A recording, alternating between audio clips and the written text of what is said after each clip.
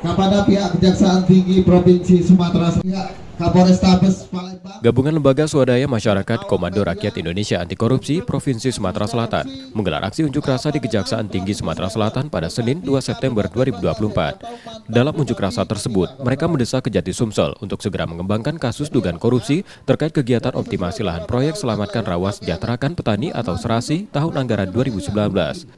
Kasih-Penkum Kejati Sumsel yang menerima unjuk rasa tersebut mengatakan akan menyampaikan tuntutan massa kepada pimpinan Kejati.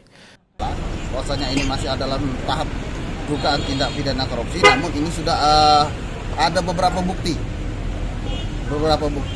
oknum-oknum yang terbuang, baik itu dari kepala dinas, PPK maupun kalau salah staf. Berdasarkan informasi yang kami dapat kemarin, berdasarkan staf bupati sudah ada yang terpidana. Jadi makanya kami hari ini datang lagi dengan pihak Kejaksaan Tinggi Provinsi Sumatera Selatan untuk menindaklanjuti terkait pembangunan yang ada di lahan milik mantan Bupati Kabupaten Banyuasin di Desa Suwaktape. Kami yang jelas laporan ini akan kita sampaikan kepada pimpinan dan sesuai prosedur yang ada ya kita terima nanti di PTSP dengan teman-teman yang ada. Para pengunjuk rasa menyebut dalam kasus ini sudah ada 3 terdakwa yang dijatuhkan vonis 6 dan 7 tahun penjara oleh pengadilan.